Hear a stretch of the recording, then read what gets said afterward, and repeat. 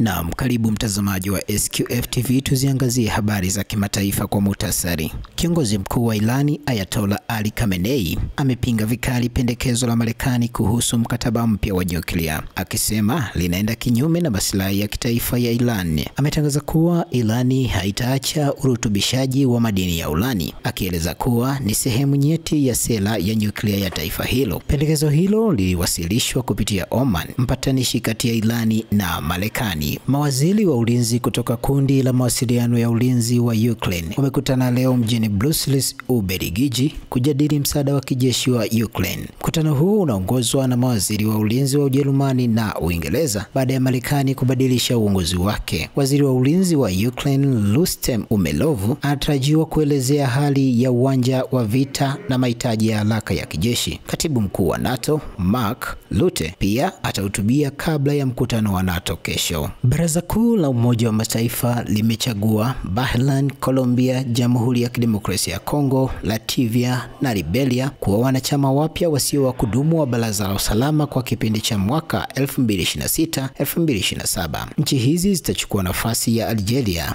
Guyana, Sierra Leone, Slovenia na Korea Kusini. Wanachama wapya watajiunga na Denmark, Ugiriki, Pakistan, Panama na Somalia. Baraza hilo lina jumla ya wanachama 15, watano wa kudumu wenye kura za turufu na wengine 10 wa muda waliochaguliwa kwa mizunguko ya miaka miwili. Pantaleo Rugwisha, SQF TV.